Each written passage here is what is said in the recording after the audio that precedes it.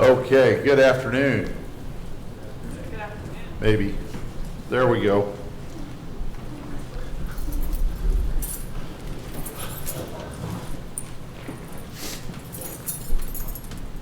I wrote down tables so that I would remember to tell everybody, in case I forgot when I was down there, I would remember to mention that. Seems like that's always the one I forget when we have that type of announcement.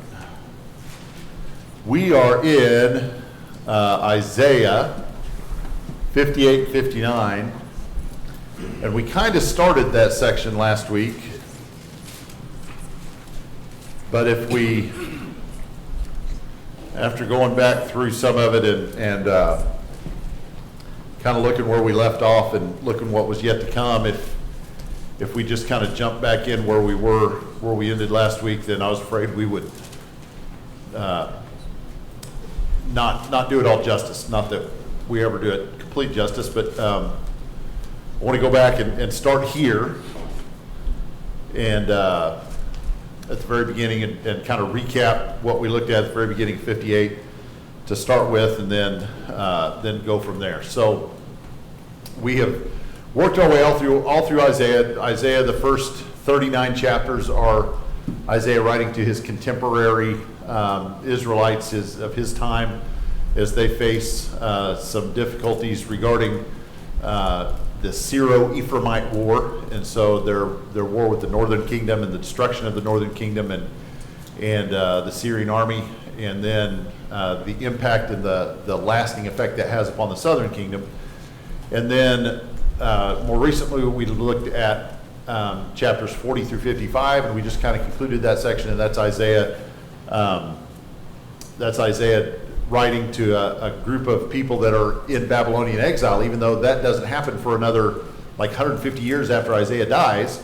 And so Isaiah has some things to say to a group of people that, you know, their great-grandfathers haven't even hardly been born yet. So he's writing to some people that are many generations down the way. And then we finish that section, and now we're into the final section of Isaiah, chapters 56 through 66, which deals with those who return from Babylonian captivity. So post-exilic, the post-exilic tribes that come back from Babylonian captivity and re-inhabit the Promised Land and the things that they face. So ironically, some of the things that he deals with in the early chapters and in the middle chapters, he's still dealing with in the later chapters. So there's a lot to be said in the early chapters about idolatry, and there's a lot to be said during their time of exile about idolatry, and there's a lot to be said to post-exilic Israel about idolatry. And so the sins that they were guilty of that led them into captivity and into trouble in previous generations, they're still guilty of. They're still dealing with. And Isaiah is just kind of almost begins to sound like a broken record. And God throughout is promoting the idea of there is a better way. I have a better plan for you. And if you will live according to my plan and not according to your own desires, then things will go better for you. And we see that even in this section, all the way here towards the end of Isaiah. God is still preaching that same message to them, still giving those same admonitions that they live according to his plan and not according to their own way. So we're going to see that today. Last week we introduced this idea of the horizontal and vertical dimensions. He talks about the horizontal dimensions being their relationships with one another, and then the vertical relationship being their relationship with God, and how when they don't live properly horizontally, that they don't treat one another properly, then that affects their ability to be in a proper relationship with God as well. And so we'll see that theme continue today as we go through here. So our objectives in this section, we'll go through this first part quickly since we kind of covered it, or we did cover it already last week, but we want to be able to explain that how Israel treated others affected how God responded to their worship, and we wanted to share that how Israel treats others affects how God forgives sin. So we're going to see in chapter 58 the effect that those horizontal relationships have on their worship, and then in chapter 59 how those horizontal relationships have on God's desire and even ability to forgive sin.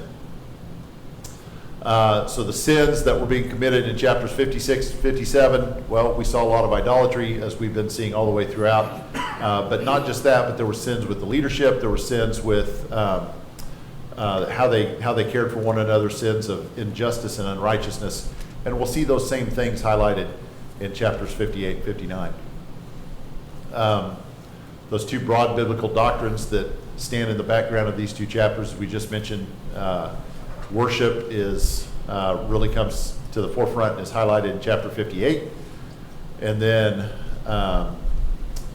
forgiveness, one more slide. Forgiveness is the theme that is highlighted in chapter 59. So when God forgives human sin, that's the vertical dimension, he also demands that humans live in communities marked by good relationships. So we see that theme carried throughout the New Testament, even as Jesus talks about, teaches his disciples the model prayer, praying that they would be forgiven as they forgive others, or in the Sermon on the Mount, teaching that forgiveness of others is essential to being forgiven by God. So that's kind of a quick recap of some of that introductory material that we looked at last week, and kind of lays the foundations for where we want to go from here. So Isaiah 58 will take up worship, while Isaiah 59 will take up the dimension of forgiveness. So let's jump in, and again, we kind of started this section last week and looked at it, but we'll recap it because it feeds into what we want to talk about tonight as we get into the later verses of Isaiah 58.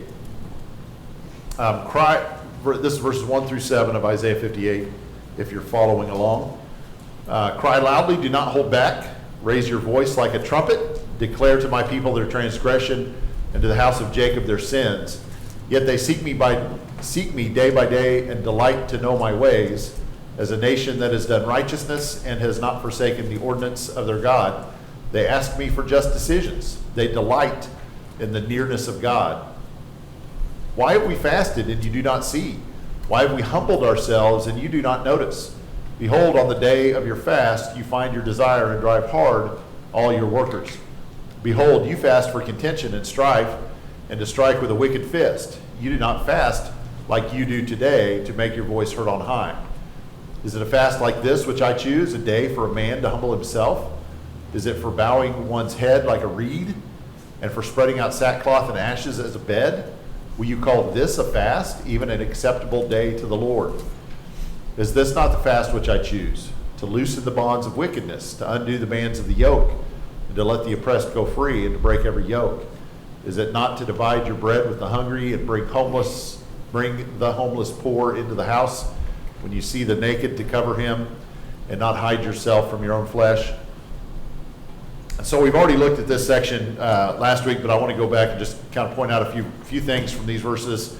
In verse 2, he says, this is God speaking to the people. They seek me day by day and delight to know my ways, as a nation that has done righteousness. So they present themselves to God in worship as if they are a nation that deserves to worship God because of their righteousness.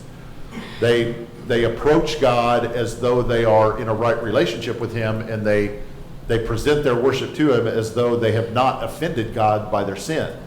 And so God is calling them out on that. He's calling them to task on approaching him in a vain way, because they have neglected to acknowledge their own sin before him, and they are pretending as if that sin doesn't exist. They have even gone so far as to kind of throw in God's face in verse 3. This is the people asking God the question, why have we fasted and you do not see? Why are you not accepting our worship? Why are you not accepting our fast?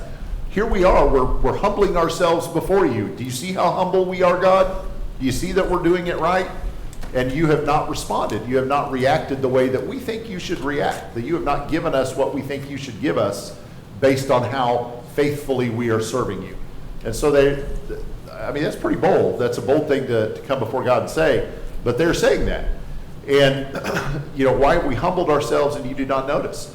And then God responds by saying, behold, on the day of your fast, you find your desire and drive hard all your workers. So the rich and the landowners will come to God, and they'll cover themselves in sackcloth and ashes, and they'll pretend to be humble before God when they've left their workers at home under the yoke of the taskmasters, saying, you don't get to go fast, you don't get to go worship, you have to work for me and provide for me while I go and worship God. And so there's this oppression that's going on even in the midst of their own fast. They're pretending to fast, but they are fasting, but they're pretending to do it for righteous reasons, but they are really oppressing people as they worship. So it's kind of one of those juxtapositions that we talk about a lot of times where, on the one hand, on the outward appearance, it is that they're doing the right thing because they're fasting, but really they're not, because their hearts aren't in it. They're not doing it for the right reasons, and they're oppressing people even at the same time that they fast, which is kind of a remarkable thing to say. And so God is calling them out for that. And then he specifically says, is it a fast like this which I choose, a day for a man to humble himself? Is this the kind of fast that I want? Is this what you really think of me? That what you're offering to me is righteous and is what I want?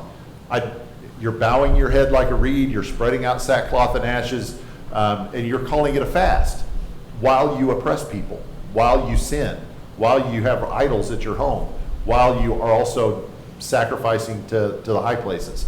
All of these things are going on, and you pretend like this is what I want. And God says, here is what I want. This is the fast which I choose. This is what I want you to give me. I want you to loosen the bonds of wickedness. I want you to undo the yoke of hardship that you placed upon your workers. I want you to let the oppressed go free.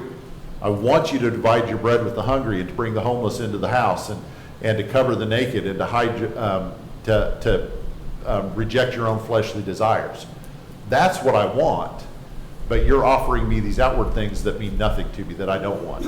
And so God really calls them out for their sin and lets them know he's not going to accept this sorry substitution for worship when they're unwilling to give him what he really wants. And so these things kind of go along with the handout that I think was out last week. I assume there's still copies around. God trumpets the sins of the people. In the first verse there, it says that God's voice is like a trumpet. He rejects them because of their oppression. And God declares that those who worship him must treat others with righteousness. They want God to treat them righteously. They stand before God and say, hey, look, we're doing all the right things, and you're not giving us what we deserve. And God said, that's not the way this works. You give me righteousness, and you act the way that I've called you to act, and then we'll talk. And so they've got the cart before the horse. God enumerates, he specifically points out their own unrighteousnesses, and we've talked about those things. We just mentioned those things. And because of all these things, God has rejected their worship. So that's, I think, where we got to last week. So that's a recap of the things that we talked about and kind of sets the stage then for what follows as we think about chapter 58 being this description of how God responds to their worship based on their relationship with others. So does our relationship with other people affect our worship with God? Johnny? Isn't this exactly what Jesus said about the priests when he talked to them and the Pharisees, that they were doing the same thing? Yep, that they placed a yoke or a burden on the people that they were unwilling to keep for themselves. Jesus called the Pharisees out on that a number of times. And then the oppression as well of in Matthew 25 where he talks about the judgment scene. If you saw me sick and naked and in jail and hungry and all those things, and you took care of me, and it's when you take care of the least of these, you take care of me. And God is almost word for word giving the same idea here, that when they oppress the people of their own community, that they are offending God. God takes offense at that. It's as if they're doing it to God himself. And he's not going to accept worship from them as long as they are being offensive in this way. Good. So this, now we'll kind of wrap up chapter 58 here with this section and look at these verses 8 through 14. I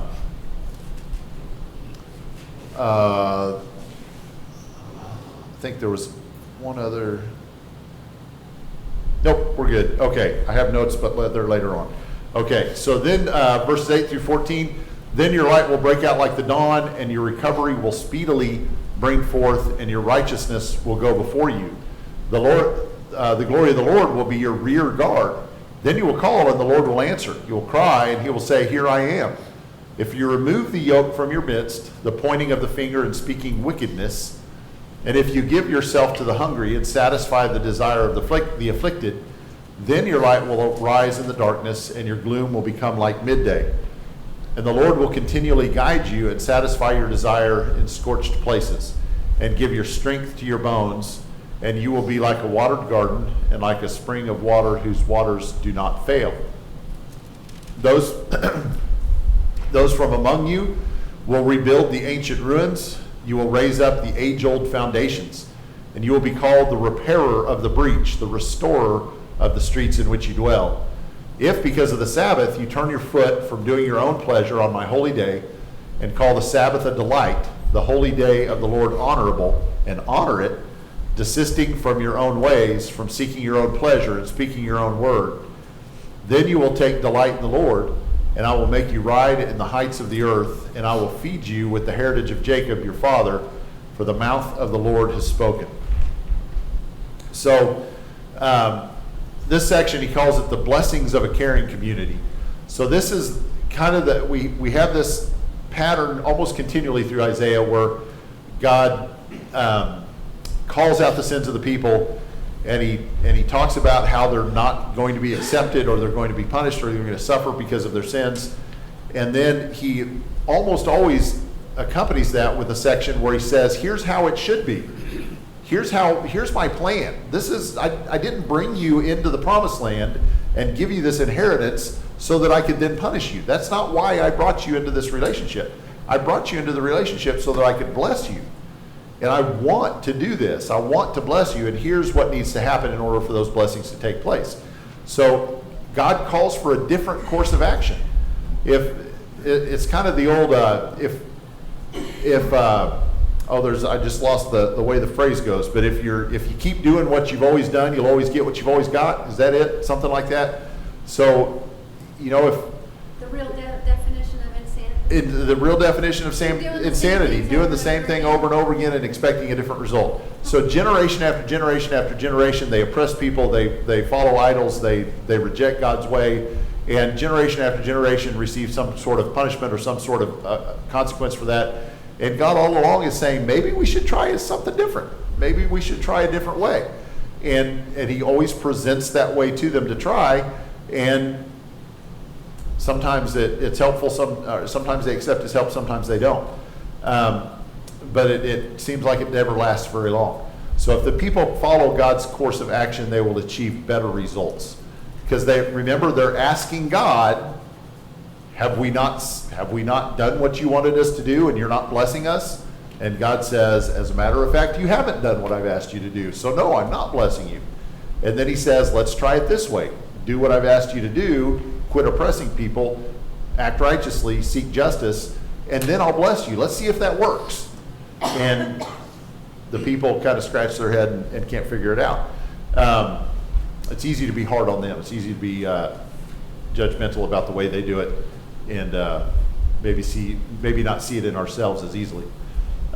So God calls for these actions. If you read through that section, he asks for them to remove the yoke, and that is, the yoke was something that you put on the oxen so that they could carry the load, or they could pull the load through the field. And so they were placing a yoke or a burden on the people and making them carry it. And this is primarily criticism then of the leadership of the nation of Israel. And so he removed the yoke, take the yoke off the people, lead them in the right direction, quit placing a burden on them. Stop pointing fingers and speaking wickedness. Pour yourself out for the hungry. You see a need, you should go take care of that need and feed those who need fed. You should satisfy the desires of the afflicted. Remove the obstacles of Sabbath worship. You should practice self-denial in speech and actions, and they should honor the Sabbath. And so all of those things are sort of brought forth in that passage and listed as things that God expects of them, but all things that they're neglecting. And as they neglect those things, it's not working. It's not giving them what they want. It's not the relationship with God they want. It's not the prosperity they want. It's not it's not anything about what they really want to achieve. So God gives them a different way. There are the next section. I didn't make a slide out of this one because I couldn't fit it. It would have taken several slides. It's kind of the flip side of that then. God calls for these actions, and if the people give attention to God's actions, then here's the things that will happen as a result of it.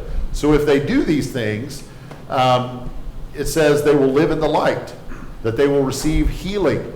The righteous will go before them. They will walk in the path of the righteous. They will be accompanied by people who are righteous. That's a good thing. God's glory will protect their rear guard. God will respond to their calls. God will guide them. God will satisfy them with good things. God will make their bones strong. Their lives will be like a well-watered garden. Their cities will be rebuilt. They will find delight in the Lord. They will ride in the heights of the earth, and they will feed on the heritage of Jacob. And so all of those things are listed as the outcome that God promises them if they will live the way that he calls them to live. They're not receiving any of those things because they've neglected God's way. If they want these things, they need to live according to God's will. This passage is marked by a couple of if-then statements. If you look back, I'm going to have to go back to verse 9. Verse 9, then verse 8, actually, no, verse 9, partway through verse 9. Then you will call and the Lord will answer. You will cry and he will say, here I am. And then it starts here. So this if statement starts in verse 9. If you remove the yoke from your midst, the pointing of the finger is speaking of wickedness, and if you give yourself to the hungry and satisfy the desire of the afflicted, then your light will arise in the darkness. These are conditional statements. God is, I mean, on the one hand, he's putting a condition on them that they have to do these things, but on the other hand, he's binding himself to these things as well. If you do it, here's how I will respond. God is making a promise to them that if they meet the conditions and they do the things that he calls them to do, that he will give them these things. And so there's another one beginning in verse 13. If because of the Sabbath you turn your foot from doing your own pleasure on my holy day and call the Sabbath a delight, the holy day of the Lord honorable, and honor it, desisting from your own ways, from seeking your own pleasure and speaking your own word, then you will take delight in the Lord, and I will make you ride the heights of the earth. So there's another conditional statement, an if-then statement. God says, you're not getting what you want. Well, try it this way, and I will bind myself to this, that if you do these things, I will commit to providing these things for you. So it's almost a statement of covenant here that God is entering into with them. Righteousness we find as a theme in this section. The people think they are righteous because they offer up all these outward worship things. They're fasting, they're offering the sacrifices, they're doing all of these outward things. So they do those things and they call it righteousness. But they are not actually righteous because God looks at the way that they're treating one another, the way they're treating the poor, and God says, you are not righteous. I don't even accept your worship. I don't recognize your worship as righteous because you're not doing the small things the way you should be doing them. So God is unwilling to acknowledge their worship because he hears the cries of the people that they oppress. Imagine that the people picture themselves at the altar offering up prayers and praise to God. God doesn't hear the prayers and the praise that they are offering. What God hears is the cries of those that they have oppressed. And so they can't sing loud enough or pray loud enough to drown out the cries of the oppressed that they have, the sins that they have committed. And so that's a vivid picture that God paints of the way he responds to what they've done.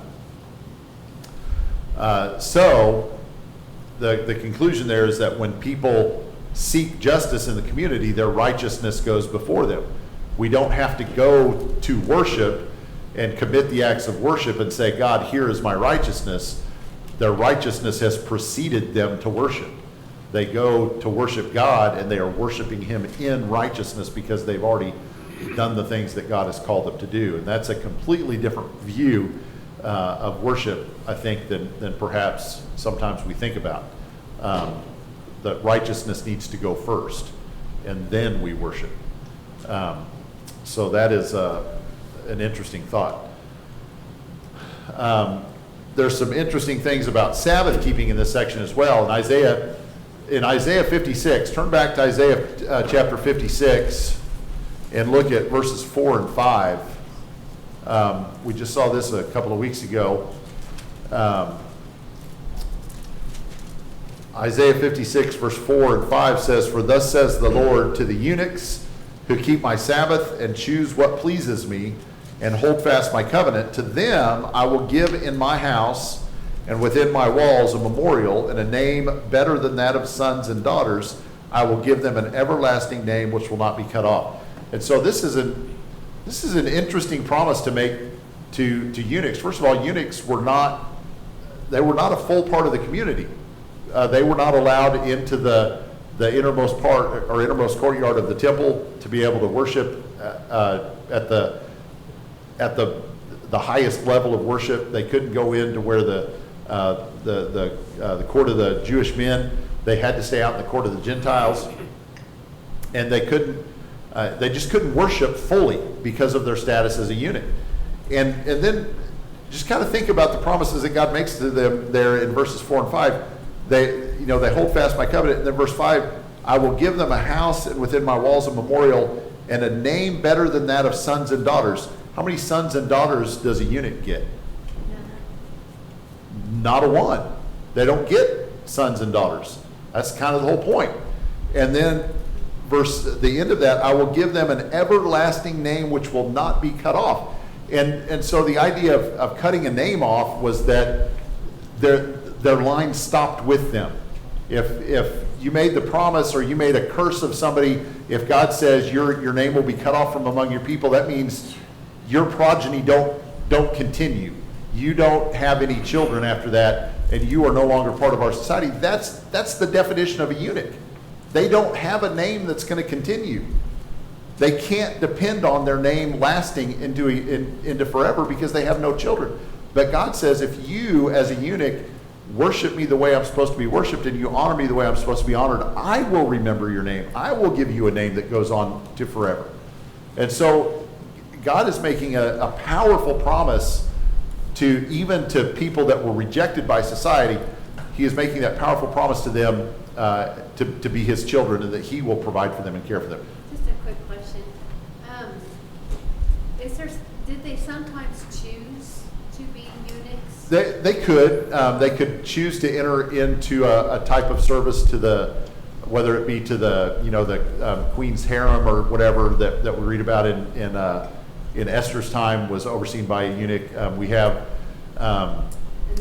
the eunuch in Acts chapter 8 was it Candace? I can't remember. He was a and so since she was a ruling monarch, a queen, all of her advisors would have needed to be eunuchs. They could not have been. So to have their job, they would choose to be a eunuch. Yeah, and so they might have chosen it, or it might have been forced upon some of them as well. Even with that, though, even if they But- choose it, then they were still outcasts. But even in that state, whether they chose that state or whether it was forced upon them, God gives them hope through the way that they follow him and honor him. And so now, all of that to contrast with what he says in Isaiah 58, when those who were supposed to be the ones that could come to God, that could worship him the way they were supposed to, that could be part of that, could go to the inner part of the temple courtyard, and they were worshiping God incorrectly, and they were being cast out. They were the ones being treated the way they thought the eunuch should be treated. It's a reversal of roles. It's a reversal of the way God sees the people. He doesn't see the people the way we do. He sees them according to how they respond to his will. And the eunuchs who are faithful to God have a higher status than those who are not eunuchs, but are not treating people well, who are living not according to God's will. And so there's an interesting just comparison to make there between the ones who were receiving God's blessing and those who were not. So anyway, that was something he drew out in the notes, and I thought that was just a really neat way to look at the text there. So that brings us to the end of chapter 58, and that's the chapter on that horizontal and vertical dimensions of worship and how our relationships with one another affect the way that our relationship with God can be expressed. We can't mistreat people and then go have a right relationship with God. That thought is continued into the New Testament. In 1 John chapter 4, people say, how can a person say that they love God who they haven't seen when they hate their brother who they have seen? We've talked about other passages as well, Matthew 25 and others that carry the same thought into the New Testament.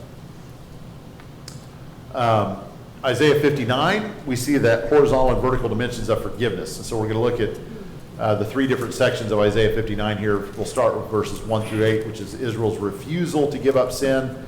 9 through 15 will show us the prophet confessing for sinful Israel. And then verses 16 through 21, God shows up as a warrior who comes to attack and defeat sin. So verses 1 through 8, behold, the Lord's hand is not so short that it cannot save, nor his ear so dull that it cannot hear.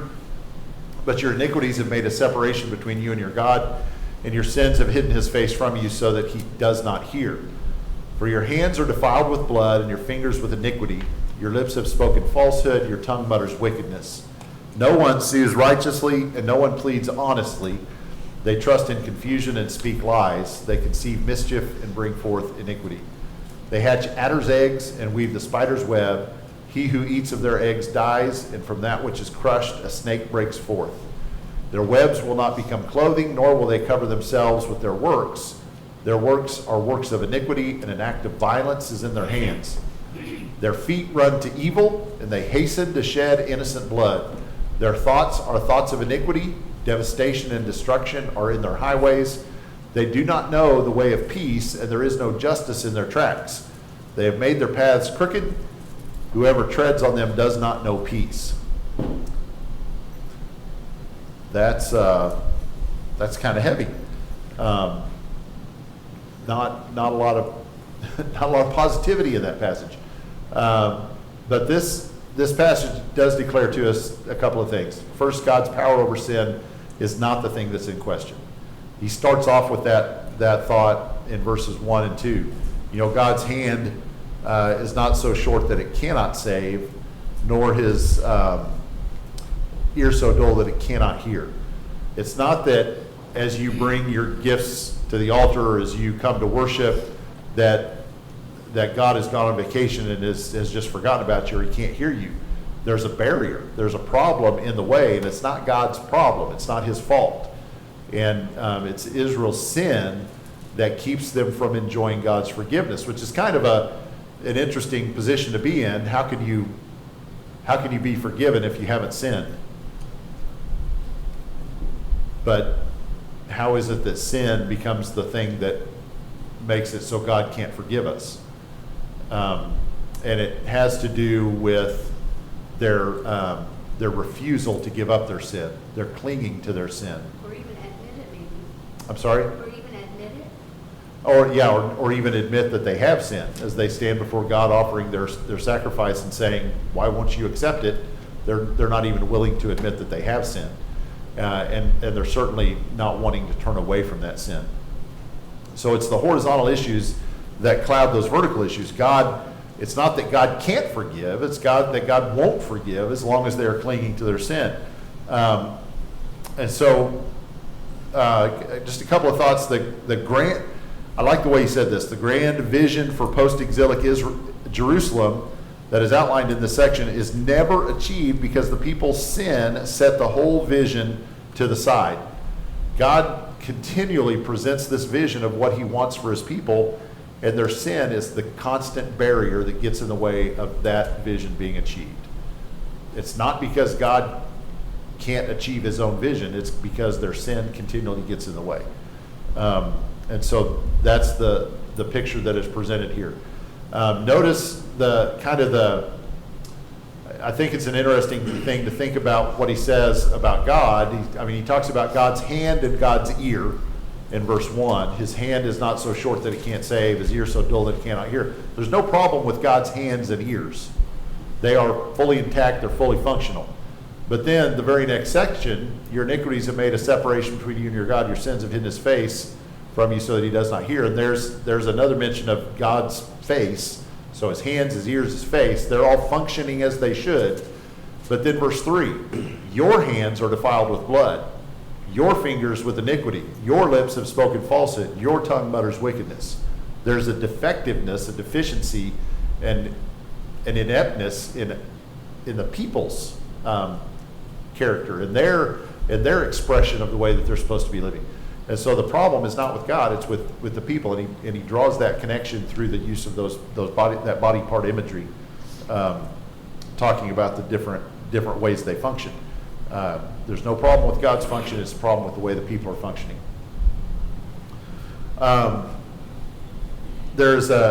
As you read through that section, how many different words for sin can you identify? There's a whole bunch of them. There's, 10 or 11 at least. He talks about iniquity, sin, defilement, no justice, mischief, wickedness, violence, shedding innocent blood, evil, lies, and transgression. So all of those things just drive home the point continually that the problem is with the people, that their sin is the issue. And so the result then, after we kind of deal with all of those things towards the end, is that their sin is comprehensive. They've got all these ways of describing their sin. Their sin is pervasive throughout all areas of their lives. And then the effects of their sin is pervasive as well. It's not just that they can't worship correctly. It's not just that God is not able to forgive them. It's that it's affecting everything about their lives. It affects their law courts. It affects, it's resulting in violence and bloodshed. Their highways are filled with desolation and destruction. There's no peace and justice. Darkness pervades the land. There's no truth in the public square. The effects of sin is as pervasive as the sin itself. And so that imagery is in there as well. There we go. On to the next section. Maybe happier times.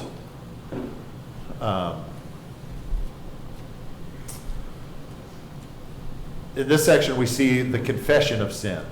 Verse 9 through 15.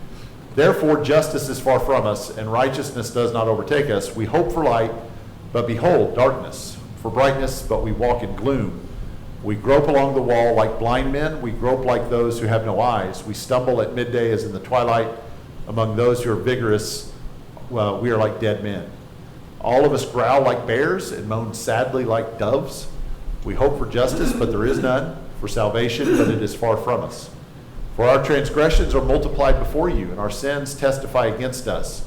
For our transgressions are with us, and we know our iniquities.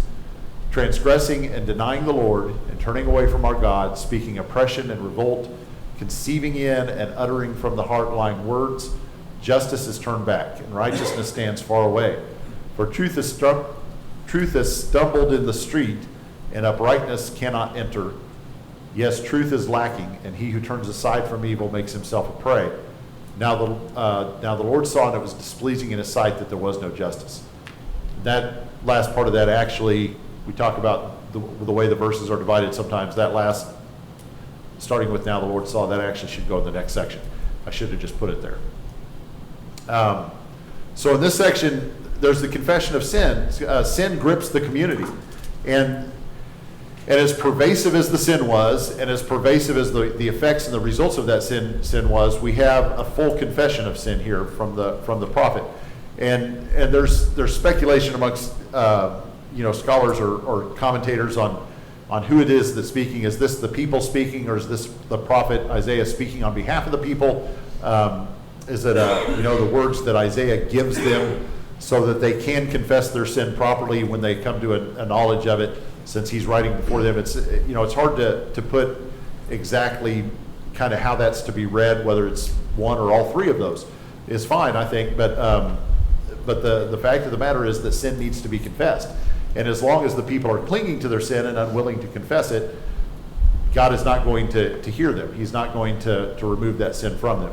It's only through this process of confession and acknowledging that sin that God then can and will be willing to forgive the people's sin. This, I think, is maybe even a good section of your Bibles to make some notes in, or to mark, or to write down as something that when you come to the conclusion of sin in your own life, or you recognize a shortcoming in your own life, that this be a passage to reflect on and to think about how to acknowledge that sin before God. There are other passages as well, Psalm 51 and James 4, I think, would be a good one as well. But there are other several passages that we can use kind of as that springboard for us to have the confession that we need of the sin that is in our life. So the kind of the sequence that he follows there is that there is unremitting sin or unremitted sin that grips the community in the first 8 verses, but then the faithful recognize the depth of the problem, but they seem helpless to stop the sin. They're not, it's one thing if the people who are being oppressed recognize the sin in the community and they confess that they're being oppressed. I don't know that that's what God is looking for. He's not looking for the oppressed to confess that they're being oppressed. He's looking for the people doing the sin or committing the sin to make that confession. So some of the people that maybe have a heart for this to take place are incapable or unable to do something about the sin that is taking place in the community.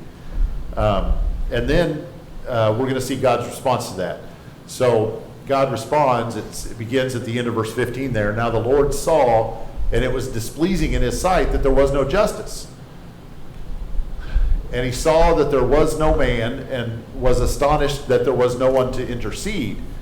Then his own arm brought salvation to him, and his righteousness upheld him. He put on righteousness like a breastplate, and a helmet of salvation on his head. And he put on garments of vengeance for clothing, and wrapped himself with zeal as a mantle. According to their deeds, so he will repay. Wrath to his adversaries, recompense to his enemies. To the coastlands he will make recompense, so they will fear the name of the Lord from the west, and his glory from the rising of the sun. For he will come like a rushing stream, which the wind of the Lord drives. A Redeemer will come to Zion, and to those who turn from transgression in Jacob, declares the Lord. As for me, this is my covenant with them, says the Lord. My spirit which is upon you, and my words which I have put in your mouth, shall not depart from your mouth, nor from the mouth of your offspring, nor from the mouth of your offspring's offspring, says the Lord, from now and forever. So God, here portrayed as a warrior, comes to attack sin. What are the things that identify God as a warrior in this passage? Breastplate and the helmet. Okay, so the way he's dressed, we've heard language like that. Where do we hear language like the breastplate and the helmet of salvation and that kind of stuff? It's the New Testament kind of. And doesn't Paul use some of that similar language in Ephesians? Yeah, so the gospel armor, we call it. And we do that, Vacation Bible School and Bible class lessons with the flannel graphs, and you get to put the armor on all the places. So we recognize some of that language in it, and it is God donning those things for himself so that he wears those things into battle, as if he would need those things. But anytime you have a mention of God's arm, that's always a symbol of strength. And so, his own arm brought salvation to him. If you can imagine how strong the arm of God is, and his righteousness upheld him. He is riding on a chariot of righteousness as he comes into battle against sin. And so all of these things are just paint this glorious picture of God riding into battle against sin to defeat sin. And he brings with him righteousness and salvation. It's a beautiful, beautiful image. Forgot where I was at. There we go. God travels to Jerusalem to address the sin issue. And so that's good because God is going where his people are. He's not sending them away this time. He's not, it's not imagery of him sending them into captivity or driving them out of the land because of their sin. It's God riding to their rescue based upon their confession, based upon the fact that they have acknowledged their sin. And so at the beginning of the chapter, God was unable to act because their sin was a separation between him and them, unable and unwilling to forgive that sin. And now they've confessed that sin, and based upon the confession of that sin, God rides into their rescue as a warrior into battle. God comes to take vengeance on sin, which is a good thing. You know, vengeance is mine, saith the Lord. And he can do a pretty good job of that. So God hopes his covenant will continue throughout the generations. He wants this to be a generational change in their relationship.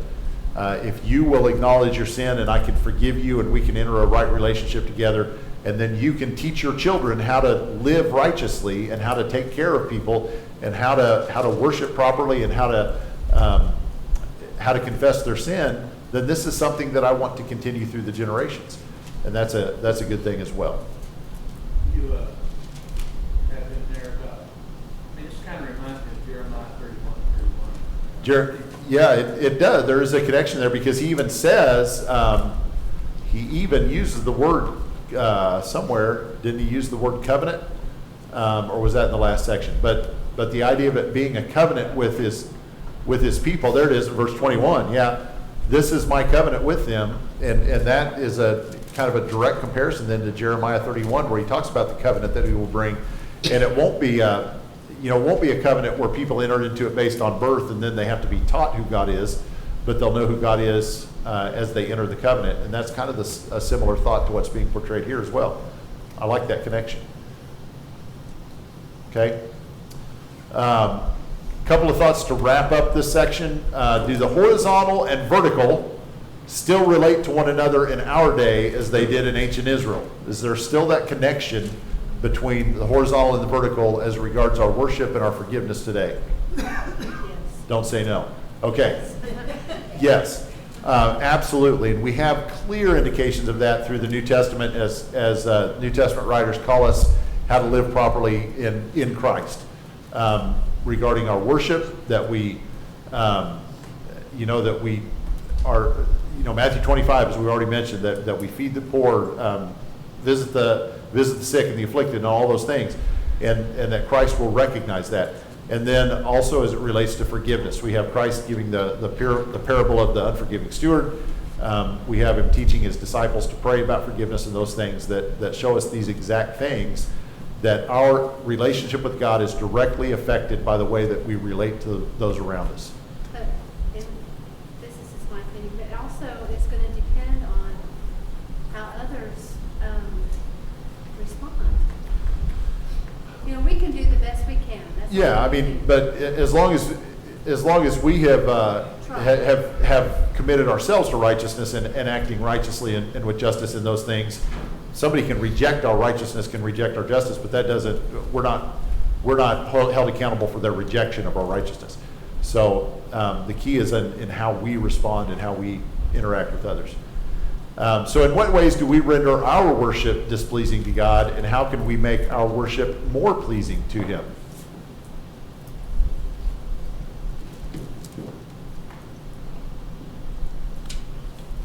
Lead with righteousness. Lead with righteousness. I like it. We could, in our daily life, still have a secret sin, and then we're coming on Yeah. the first day of the week to worship him, and Yeah. it's not good. Those same acts of unrighteousness and injustice and all those things that they were guilty of, would if we're guilty of those things, then they will be stumbling blocks to our worship as well. They will be obstacles to our worship. So does oppression today take the same form as oppression in ancient Israel? It can.